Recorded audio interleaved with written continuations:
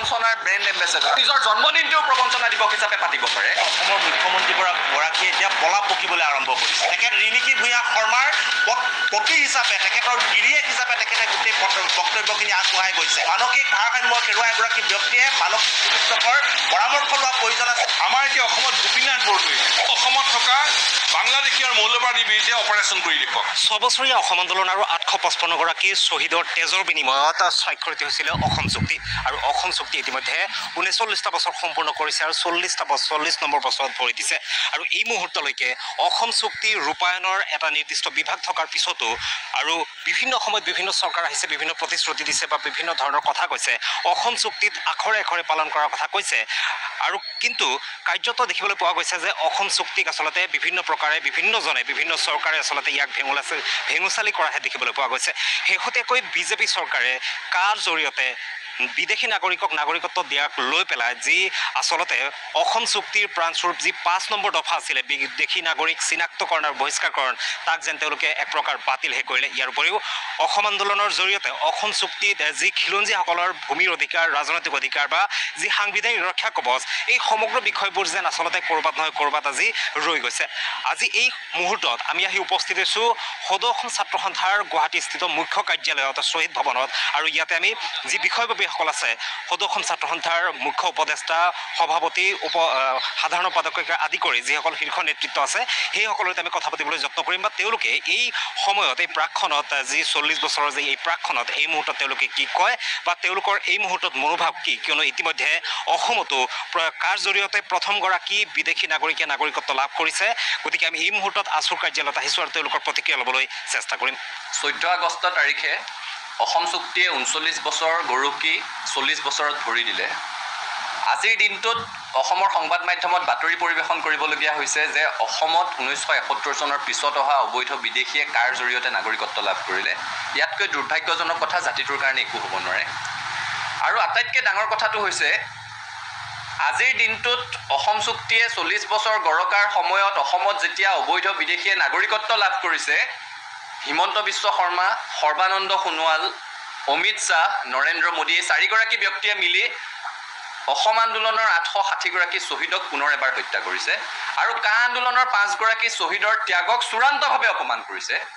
আজি মুখ্যমন্ত্ৰীগৰাকীয়ে কি কৈছে যে কা আন্দোলনৰ শ্বহীদ দিৱসৰ দিনটোত তেওঁ প্ৰবঞ্চনা দিৱস পাতিব। তেওঁ পাতিবই, তেওঁৰ পৰা সেইটোৱে আশা কৰোঁ। কাৰণ সেই দিনটোতেই তেওঁলোকে জাতিটোক প্ৰবঞ্চনা কৰিছিল। জাতি মাটি ভেটি ৰক্ষা কৰাৰ কথা কৈ সেই দিনটোতেই তেওঁলোকে অসমত কা জাপি দিছিলে। সেই দিনটোতেই তেওঁলোকে কা জাপি দি 1971 চনৰ পৰা 2014 চন পৰ্যন্ত অহা অবৈধ হিন্দু বিদেশীক অসমত নাগৰিকত্ব দিবৰ কাৰণে সিদ্ধান্ত লৈছিলে আৰু সেইকাৰণে তেওঁলোকৰ কাৰণে সেইটো প্ৰবঞ্চনা দিৱস। হিমন্ত বিশ্ব শৰ্মা অসমত প্ৰবঞ্চনাৰ ব্ৰেণ্ড এম্বেচেডৰ, আকৌ এবাৰ কৈছোঁ, বাৰম্বাৰ জাতিটোক প্ৰবঞ্চনা কৰিছে। আৰু গতিকে তেওঁ প্ৰবঞ্চনা দিৱস পাতিম বুলি কোৱা কথাটোত আমি মুঠেই আচৰিত হোৱা নাই। অসম উত্তৰ পূৰ্বাঞ্চলৰ খিলঞ্জীয়া মানুহে সেই দিনটো শ্বহীদ দিৱস হিচাপে পালন কৰিব, ছাত্ৰ সন্থাই সেই দিনটো শ্বহীদ দিৱস হিচাপে পালন কৰিব। তেওঁ বাৰম্বাৰ শ্বহীদক অপমান কৰি থাকিব, সেই কথাটো সহ্য কৰি থাকিব নোৱাৰি। 860গৰাকী শ্বহীদৰ ত্যাগক পুনৰ এবাৰ হত্যা কৰিছে হিমন্ত বিশ্ব শৰ্মাই আৰু তাৰপিছত তেওঁ শ্বহীদ দিৱসৰ দিনটোত প্ৰবঞ্চনা দিৱস পাতিম বুলি কয়। কা আন্দোলনৰ সময়ত যিসমূহ কথা অসমৰ ৰাইজে কৈ আছিলে সেই কথাসমূহ সঁচা প্ৰমাণিত হ'ব। অসমৰ খিলঞ্জীয়া জাতি জনগোষ্ঠীলৈ কাখন সঁচাকৈ ভাবুকি স্বৰূপ। আমি পুনৰবাৰ কৈছোঁ, এতিয়া তেওঁলোকে সংখ্যাৰ কথা কয়, 8গৰাকীয়ে বোলে আবেদন কৰিছে। তেতিয়াহ'লে প্ৰশ্নৰ উত্তৰ দিয়ক, 8গৰাকীক সংস্থাপন দিবৰ কাৰণে 860গৰাকীৰ ত্যাগক আপোনালোকে পুনৰবাৰ হত্যা কৰিছিল নেকি? এজনেহে এতিয়া সংস্থাপন পাইছে বুলি কয়, নাগৰিকত্ব পাইছে বুলি কয়।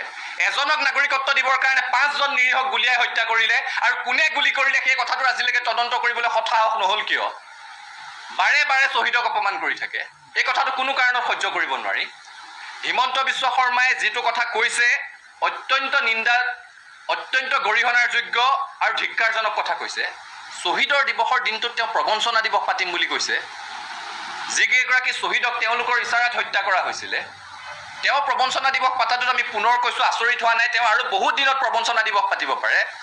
যেতিয়া মন্ত্ৰী হিচাপে দায়িত্ব পালন নকৰি তৰুণ গগৈৰ বিৰুদ্ধে বিসম্বাদ কৰিবলৈ সিদ্ধান্ত লৈছিল, সেই দিনটোক তেওঁ প্ৰবঞ্চনা দিৱস ঘোষণা কৰক। যিদিনাখন তেওঁ কংগ্ৰেছ দল ত্যাগ কৰি বিজেপি দল কৰিছিল, কংগ্ৰেছক প্ৰবঞ্চনা কৰিছিল, সেই দিনটোক তেওঁ প্ৰবঞ্চনা দিৱস ঘোষণা কৰক। যিদিনাখন তেওঁ সৰ্বানন্দ সোণোৱালৰ বিৰুদ্ধে গাদীৰ কম্পিটিশ্যন কৰিবলৈ গৈ দিল্লীৰ ওচৰত নতশিৰ হৈ কাখন জাপি দিওঁতে মানি লৈছিল, সেই দিনটোক তেওঁ প্ৰবঞ্চনা দিৱস ঘোষণা কৰক। তেওঁ ইচ্ছা কৰিলে নিজৰ জন্মদিনটোও প্ৰবঞ্চনা দিৱস হিচাপে পাতিব পাৰে। কিন্তু এটা কথা স্পষ্ট, কা আন্দোলনৰ শ্বহীদৰ মৃত্যুৰ দিনটো অসমৰ ৰাইজে শ্বহীদ দিৱস হিচাপে আমি পালন কৰিম। এতিয়া তেওঁলোকে সংখ্যাৰ কথা কৈ মানুহক দুমোজাত পেলাবলৈ চেষ্টা কৰি লাভ নাই। ইমান যদি সংখ্যা কম, গুজৰাটলৈ লৈ যাওক। অসমত কিয় সংস্থাপন দিব লাগে? অসমত এটা 6 বছৰীয়া আন্দোলন, 860গৰাকী শ্বহীদ, সেই শ্বহীদৰ ত্যাগৰ বিনিময়ত এখন চুক্তি, বুজাবুজিৰ চুক্তি। আৰু তেতিয়াও য'ত গোটেই ভাৰতবৰ্ষত ভিত্তিবৰ্ষ 1948, অসমত 1971, 23 বছৰৰ অবৈধ বিদেশীৰ বোজা অসমে অকলে বহন কৰিছোৱেই। তাৰপিছত এজনো কিয় ল'ম আমি? সংখ্যাৰ কথা নহয়, এইটো প্ৰিন্সিপলৰ কথা, সিদ্ধান্তৰ কথা। কোনো কাৰণত তাৰপিছত অহা অবৈধ বিদেশীক অসমক সংস্থাপন দিব নোৱাৰিব। এতিয়া তেওঁ ক'বলৈ আৰম্ভ কৰিছে যে আমাৰ কোনো পৰিকল্পনাবিহীনভাৱে আন্দোলন কৰিছোঁ। অসমীয়া মানুহক কেনেকৈ সুৰক্ষা দিব লাগে সেই পৰিকল্পনা যুগুত কৰি তেওঁলোকক দিয়া আছে। অসম চুক্তিৰ 6 নং দফাৰ প্ৰতিবেদন ৰূপায়ণ কৰি দেখুৱাওক। আৰু যদি সেই পৰিকল্পনাটো ছাত্ৰ সন্থাই কৰিব লাগে, অসমৰ ৰাইজে কৰিব লাগে, তেওঁ মুখ্যমন্ত্ৰীৰ আসনখনত কিয় বহি আছে? তেওঁ পদত্যাগ কৰক। পৰিকল্পনা অসম আন্দোলনৰ সময়তো হৈছিলে, অসম চুক্তি আছিলে, তাত সুন্দৰকৈ লিখা আছে 71 চনৰ পিছত অহা বিদেশীক কি ধৰণে চিনাক্ত কৰিব লাগিব, ভোটাৰ তালিকাৰ পৰা কি ধৰণে নাম কৰ্তন কৰিব লাগিব আৰু কি ধৰণে বহিষ্কাৰ কৰিব লাগিব, সকলো কথা লিখা আছে। সেই পৰিকল্পনা কাৰ্যকৰী কৰাত ইমান দিনে কোনে বাধা দিছে? তেওঁ আজি কয় পৰিকল্পনাবিহীনভাৱে অসমত আন্দোলনবোৰ হৈছিল, বাৰে বাৰে আৱেগত মানুহক বাহিৰলৈ লৈ অহা হৈছিলে। তেওঁতো বিৰাট দম্ভালি মাৰি গৌৰৱত কৈ থাকে যে খুব 6ষ্ঠ শ্ৰেণীত নে 5ম শ্ৰেণীতে বোলে অসম আন্দোলন কৰিছিলে। কোনো পৰিকল্পনা নোহোৱা আন্দোলন এটাত কাৰ পিছে পিছে গৈছিলে? কাক তৈলমৰ্দন কৰিবলৈ গৈছিলে তেওঁ? সেই কথাবোৰৰ তেওঁ আজি উত্তৰ দিয়ক। দীঘলীয়া সময় কংগ্ৰেছৰ চৰকাৰ আছিল, এতিয়া বিজেপিৰ চৰকাৰ চলি আছে। এইজনটো একেজনেই ব্যক্তি, যি আছুতো আছিল, কংগ্ৰেছতো আছিল, বিজেপিতো আছে। আটাইতকৈ দীঘলীয়া সময় যদি কোনোবাই সুযোগ পাইছে অসম চুক্তিক লৈ কিবা কৰিবৰ কাৰণে, সেই ব্যক্তিজন হিমন্ত বিশ্ব শৰ্মা। কি কৰিলে?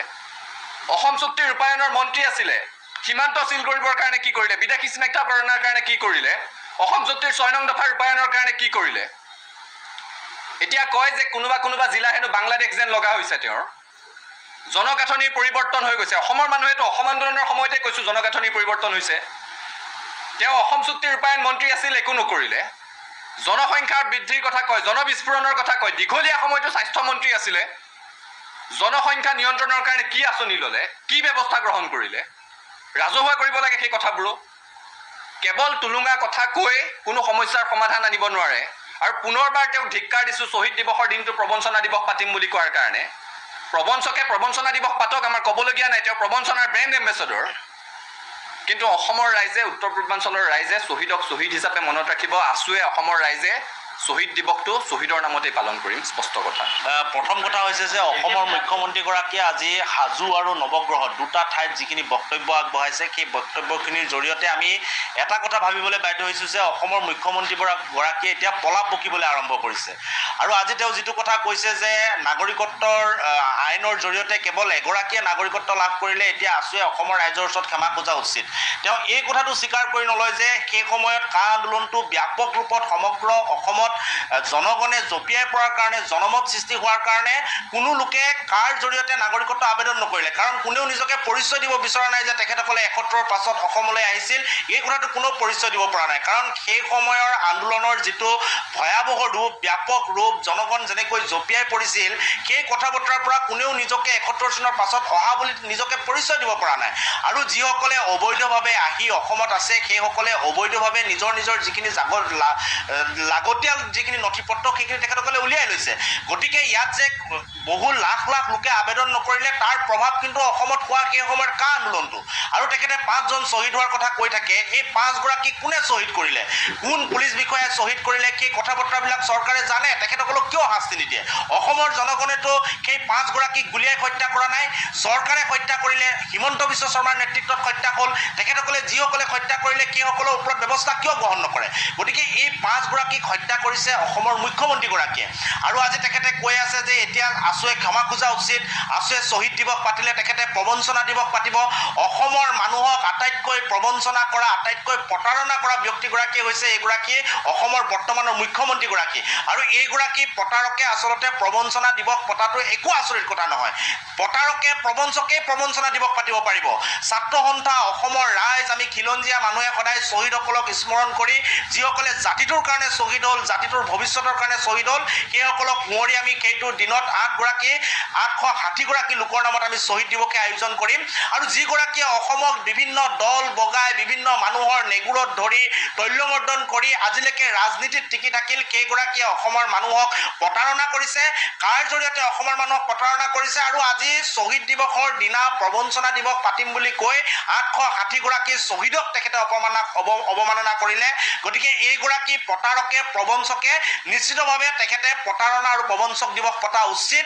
আৰু অসমৰ মুখ্যমন্ত্ৰীগৰাকীক আমি ক'ব বিচাৰিছোঁ, এইকেইদিন আপোনালোকে সংবাদ মাধ্যমত দেখিছে অসমৰ জনসাধাৰণে, অসমৰ খাটি খোৱা মানুহে আৰু যিসমূহ জনসাধাৰণে কোনো ৰাজনীতিৰ লগত জড়িত নাই, সাধাৰণ জনসাধাৰণে অসমৰ মুখ্যমন্ত্ৰীগৰাকীৰ পত্নীক লৈ এতিয়া আক্ৰমণ কৰিবলৈ ধৰিছে, তেখেতৰ সম্পত্তিক লৈ আক্ৰমণ কৰিবলৈ ধৰিছে। আৰু অসমৰ মুখ্যমন্ত্ৰীগৰাকীয়ে 3,30,00,000 মানুহৰ যিগৰাকী মুখ্যমন্ত্ৰী, যিগৰাকী ৰাজ্যখনৰ মূল মানুহ, সেই মানুহগৰাকীয়ে এতিয়া অসমৰ এগৰাকী মানুহৰ হৈ তেওঁ কৈফত দি থাকিবলগীয়া হৈছে। আৰু আপুনি চাব, যি সময়ত তেখেতে কৈফত দি থাকে সেই সময়ত তেখেতে মুখ্যমন্ত্ৰীৰ চকীখনত থকা যেন তেখেতক অনুভৱ নহয়। তেখেত ৰিণিকী ভূঞা শৰ্মাৰ পতি হিচাপে, তেখেতৰ গিৰিয়েক হিচাপে তেখেতে গোটেই বক্তব্যখিনি আগবঢ়াই গৈছে।